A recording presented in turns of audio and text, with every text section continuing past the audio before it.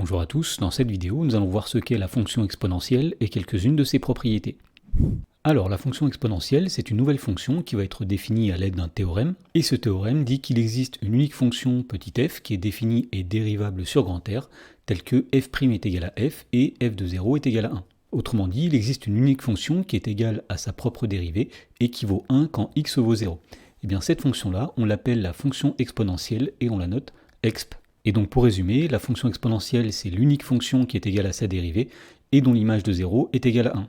Alors voici la représentation graphique de la fonction exponentielle, et on remarque tout de suite que l'image de 0, c'est bien 1. Et de plus, si on considère un nombre x en abscisse et qu'on trace en pointillé la tangente à la courbe de la fonction exponentielle au point d'abscisse x, eh bien on voit que le coefficient directeur de cette tangente, qui est le nombre dérivé, f' de x, est bien égal à l'image de x par la fonction exponentielle, puisque les segments qui sont représentés en rouge, qui représentent f de x et f' de x, sont de même longueur. Et si on fait varier x, eh bien on constate que f de x sera toujours égal à f' de x, comme on peut le voir grâce à cette animation, ce qui traduit le fait que la fonction exponentielle est égale à sa dérivée.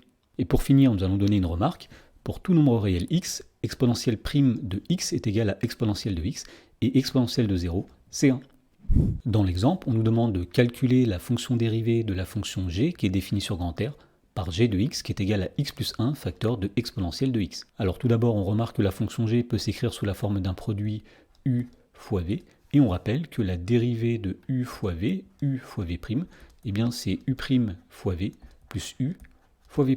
Donc on va commencer par dire qu'ici, la fonction u, ce sera le premier facteur, c'est-à-dire x plus 1, et la fonction v, ce sera le deuxième facteur, c'est-à-dire exponentielle de x. Ensuite, nous allons calculer u' et v'. Alors tout d'abord, u', c'est la dérivée de x plus 1. La dérivée de x, on sait que c'est 1, plus la dérivée de 1, on sait que c'est 0. Et donc tout simplement, u' est égal à 1. Ensuite, la dérivée de v', ce sera la dérivée de exponentielle de x. Et on sait que la dérivée de la fonction exponentielle, c'est elle-même. Donc v', ce sera encore exponentielle de x. Et donc on peut dire que pour tout nombre réel x, eh bien g' de x, ce sera u' fois v plus u fois v'. Alors u' fois v, c'est 1 multiplié par exponentielle de x, plus u fois v', c'est-à-dire x plus 1, le tout multiplié par exponentielle de x. Alors on pourrait s'arrêter là, mais on voit qu'il y a un facteur commun qui est exponentielle de x, donc nous allons mettre ce nombre en facteur, donc on factorise par exponentielle de x, et dans la parenthèse, nous allons mettre ici 1 plus, entre parenthèses, x plus 1. Alors on voit que 1 plus 1, ça va donner 2, donc dans la parenthèse, il va rester x plus 2, facteur de exponentielle de x. Nous allons voir maintenant quelques propriétés vérifiées par la fonction exponentielle, et donc la première propriété que nous allons voir s'appelle la relation fonctionnelle, et donc la relation fonctionnelle dit que pour tout nombre réel x et y, exponentielle de x plus y, c'est exponentielle de x multiplié par exponentielle de y. Autrement dit, la fonction exponentielle va transformer une somme en un produit. C'est exactement les mêmes formules qu'on avait sur les puissances. Par exemple, 10 puissance x plus y, on sait que c'est égal à 10 puissance x multiplié par 10 puissance y. Alors voyons un exemple d'application de cette relation fonctionnelle. On nous demande de simplifier les expressions suivantes. Alors tout d'abord, l'expression grand A, c'est exponentielle de 2 multiplié par exponentielle de 3. Donc si on applique la relation qui est ici de la droite vers la gauche, eh bien on va dire que exponentielle de 2 fois exponentielle de 3, c'est tout simplement exponentielle de 2 plus 3, c'est-à-dire exponentielle de 5.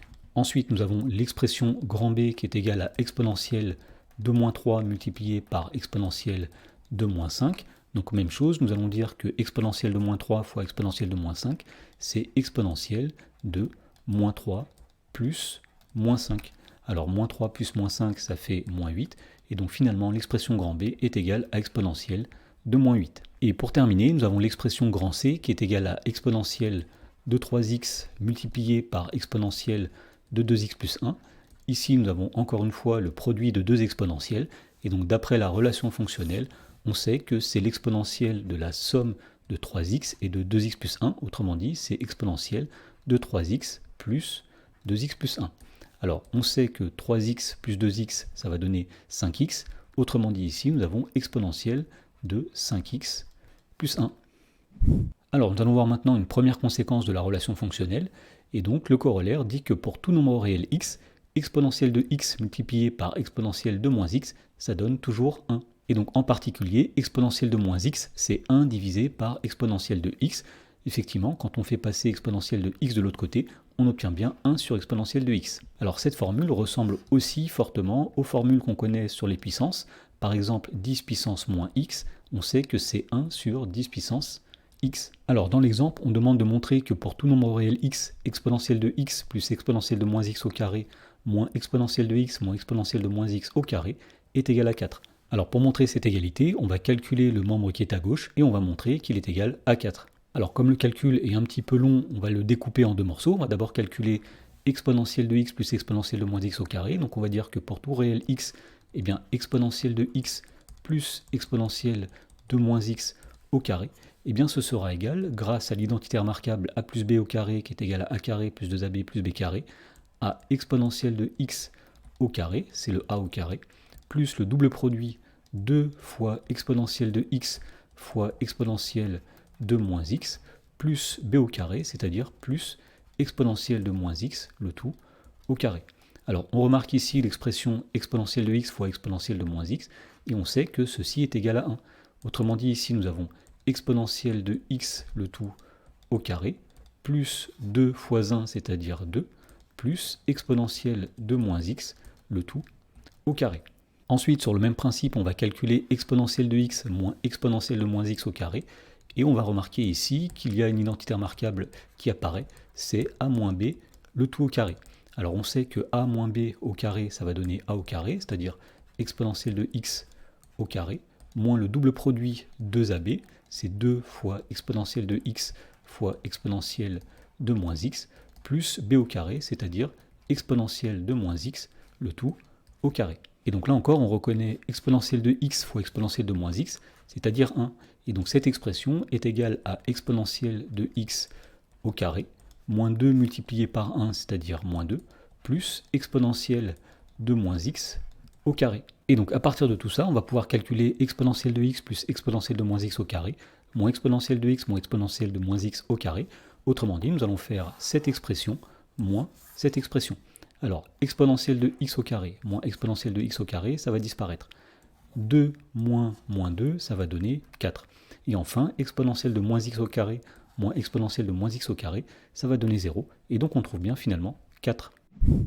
Alors il y a une autre conséquence à la relation fonctionnelle, et donc le corollaire dit que pour tout nombre réel x et y, et pour tout entier naturel n, et bien tout d'abord exponentielle de x moins y, c'est exponentielle de x divisé par exponentielle de y, et ensuite exponentielle de x fois n, c'est exponentielle de x à la puissance n. Donc là encore, ces deux formules ressemblent aux formules qu'on connaît sur les puissances. Donc par exemple, 10 puissance x moins y, on sait que c'est 10 puissance x divisé par 10 puissance y.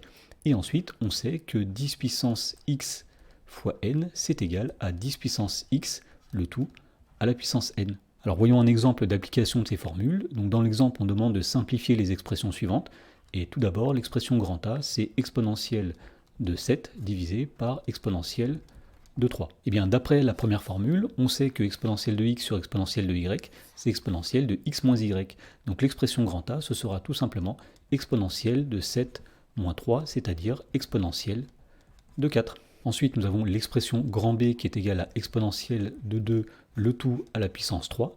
Et on voit, d'après la deuxième formule qui est donnée ici, que cette expression sera tout simplement exponentielle de 2 fois 3, c'est-à-dire exponentielle de 6. Et enfin, on nous demande de simplifier l'expression grand C, qui est égale à exponentielle de x plus 3, le tout au carré, divisé par exponentielle de 3x moins 5. Alors pour simplifier l'expression grand C, on va utiliser les deux formules, et on va commencer par appliquer la deuxième formule pour simplifier le numérateur qui est ici, et on va dire que exponentielle de x plus 3 le tout au carré, c'est pareil que exponentielle de x plus 3 multiplié par 2. Alors attention ici à mettre des parenthèses autour du x plus 3, puisque le 2 va être multiplié avec tout x plus 3. Et donc le tout va être divisé par exponentielle de 3x moins 5. Alors on peut réduire l'expression qui est dans les parenthèses ici. On va dire qu'on a exponentielle de...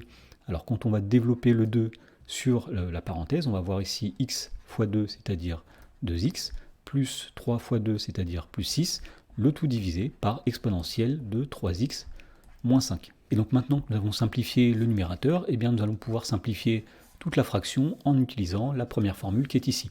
Et donc on va dire que l'expression grand C, c'est exponentielle de 2x plus 6 moins 3x moins 5. Mais attention ici, ça va être tout le 2x plus 6 moins tout le 3x moins 5. Et donc finalement, on trouve que l'expression grand C, ce sera exponentielle de, alors 2x moins 3x, ça va donner moins x, 6 moins 5, 6 plus 5, ça va donner plus 11. Donc l'expression grand C est égale à exponentielle de moins x plus 11. Alors dans cette partie, nous allons voir qu'on peut noter plus simplement la fonction exponentielle, et on va commencer par donner une définition. Donc cette définition dit que l'image de 1 par la fonction exponentielle se note e, et donc le nombre e, c'est exponentielle de 1. Alors une petite remarque, une valeur approchée du nombre e, c'est-à-dire une valeur approchée du nombre exponentiel de 1, c'est environ 2,71828. On peut faire aussi une deuxième remarque concernant cette définition du nombre e. Eh bien pour tout entier naturel n, exponentielle de n c'est exponentielle de 1 fois n, puisque n c'est 1 fois n, et donc on en déduit que exponentielle de n c'est exponentielle de 1 à la puissance n, puisqu'on a dit dans la section précédente que exponentielle de x fois n c'est exponentielle de x le tout à la puissance n. Et donc puisque exponentielle de n c'est exponentielle de 1 à la puissance n, et puisque exponentielle de 1 on le note e, et bien finalement exponentielle de n ce sera e à la puissance n. Et donc d'après cette remarque, pour tout entier naturel n, exponentielle de n peut s'écrire e à la puissance n. Et donc par extension, exponentielle de x s'écrira e à la puissance x pour tout nombre réel x. Autrement dit, au lieu d'écrire exponentielle de x comme ceci, dorénavant on pourra l'écrire comme cela. Alors avec cette nouvelle notation, on va pouvoir traduire la relation fonctionnelle et ses conséquences sous la forme suivante. On va dire que pour tout réel x, exponentielle de x plus y, c'est exponentielle de x fois exponentielle de y, exponentielle de x moins y, c'est exponentielle de x divisé par exponentielle de y, exponentielle de x fois y, c'est exponentielle de x à la puissance y, et enfin exponentielle de moins x, c'est 1 divisé par exponentielle de x. Et donc on remarque que ce sont exactement les mêmes formules qui étaient valables pour les puissances. Alors faisons un exemple d'application de ces formules, et l'exemple nous demande d'écrire chaque expression avec une seule exponentielle. Alors tout d'abord, nous avons une expression grand A qui est égale à exponentielle de 4x moins 3 multiplié par exponentielle de 2x plus 1. Et donc si on applique la première relation qui est ici, on va dire que grand A, c'est exponentielle de 4x moins 3 plus 2x plus 1. Alors on peut réduire l'exposant qui est ici. 4x plus 2x, ça va donner 6x. Donc ici, nous aurons exponentielle de 6x. Moins 3 plus 1, ça fait moins 2. Donc nous mettons moins 2 ici. Et donc grand A, c'est exponentielle de 6x moins 2. Ensuite, nous avons l'expression grand B qui est égale à exponentielle de 5x divisé par exponentielle de x moins 3. Et donc pour simplifier cette expression, nous allons appliquer la deuxième formule qui est ici. Autrement dit, grand B, ce sera exponentielle de 5x moins x moins 3. Mais attention, c'est tout le 5x moins tout le x moins 3, donc il faut mettre des parenthèses. Et pour finir, on va dire que 5x moins x, ça donne 4x, et moins 3, ça va donner plus 3. Donc finalement, l'expression grand B, c'est exponentielle de 4x plus 3. Ensuite, nous avons l'expression grand C qui est égale à exponentielle de 1 moins 3x, le tout à la puissance 4. Et donc pour simplifier cette expression, nous allons appliquer la troisième formule qui est ici, et on va dire que c'est exponentielle de 1 moins 3x, le tout multiplié par 4. Alors on va développer le 4 dans l'exposant. 4 multiplié par 1, ça va donner 4. 4 fois moins 3x, ça va donner moins 12x. Et donc finalement, l'expression grand C est égale à exponentielle de 4 moins 12x. Et pour finir, nous avons l'expression grand D qui est égale à 1 sur exponentielle de 2x plus 1. Pour simplifier cette expression, on va appliquer la dernière formule qui est ici, en disant que 1 sur exponentielle de 2x plus 1, eh bien c'est exponentielle de l'opposé de 2x plus 1, c'est-à-dire exponentielle de moins entre parenthèses 2x plus 1. Alors on va développer le moins sur la parenthèse, autrement dit, moins fois 2x, ça va donner moins 2x, moins fois plus 1, ça va donner moins 1, et donc finalement, l'expression grand D, c'est exponentielle de moins 2x moins 1. Pour finir cette présentation de la fonction exponentielle, nous allons voir le lien qui unit la fonction exponentielle et les suites géométriques. Et donc tout d'abord, nous avons une proposition qui dit que si a est un nombre réel, eh bien la suite exponentielle de n fois a, c'est une suite géométrique qui a pour raison exponentielle de a. Par exemple, imaginons la suite un qui est égale à exponentielle de 3n, et bien cette suite-là sera une suite géométrique de raison exponentielle de 3. Alors pourquoi? Tout simplement parce que d'après les propriétés de la fonction exponentielle, on sait que exponentielle de 3n, c'est exponentielle de 3 à la puissance n, et donc on reconnaît bien ici une suite de la forme q puissance n avec q qui est exponentielle de 3. Donc les suites de la forme exponentielle de na sont des suites géométriques, Et la remarque va nous dire que inversement, on admet que toute suite géométrique pourra toujours s'écrire sous la forme une constante c fois exponentielle de n fois un nombre a. Et donc ainsi, les points représentant une suite géométrique suivent ce qu'on appelle une croissance exponentielle. Alors pour comprendre ceci, on a représenté à gauche la courbe de la fonction exponentielle. Au milieu, nous avons représenté une suite géométrique qui est définie par un est égal à 0,5 fois 2 puissance n. Et on voit ici que la croissance de cette suite est du même type que la croissance de la fonction exponentielle, d'où l'expression croissance exponentielle. Et enfin, nous avons représenté une deuxième suite, Vn, qui est définie par Vn est égal à 2 fois 0,8 puissance n. Alors dans ce cas-là, la suite n'est pas croissante mais décroissante, et on dira que la décroissance est une décroissance exponentielle. Dans l'exemple, on nous dit qu'un capital de 5 000 € est déposé sur un compte au taux d'intérêt composé annuel de 4%.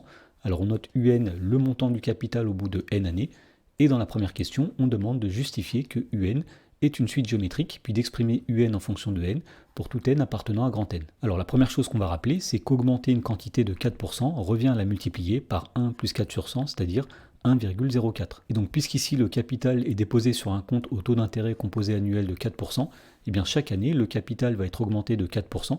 Autrement dit, pour trouver le capital à l'année n plus 1, c'est-à-dire UN plus 1, on va multiplier le capital à l'année n par 1,04. Et donc, comme pour tout entier naturel n, un plus 1 c'est 1,04 fois un, eh bien on en déduit que la suite un c'est une suite qui est géométrique, de raison q est égal à 1,04, et de premier terme u0 est égal à 5000, puisqu'au départ le capital était de 5000 €. Alors on demandait aussi d'exprimer un en fonction de n pour tout entier naturel n, donc on va dire que puisque la suite est géométrique, eh bien pour tout entier naturel n, on sait que un c'est u0 fois la raison à la puissance n, u0 fois q puissance n.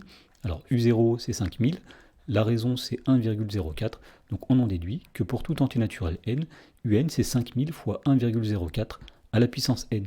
Dans la question numéro 2, on nous dit en remarquant que exponentielle de 0,03922 est à peu près égal à 1,04, écrire un sous la forme c exponentielle de n fois a, où c et a sont deux nombres réels. Quel type de croissance suit le capital? Alors on a vu dans la question précédente que un c'est 5000 multiplié par 1,04 à la puissance n. Alors 1,04, on nous dit dans l'énoncé que c'est égal à exponentielle de 0,03922. Donc un, ce sera 5000 fois exponentielle de 0,03922 à la puissance n.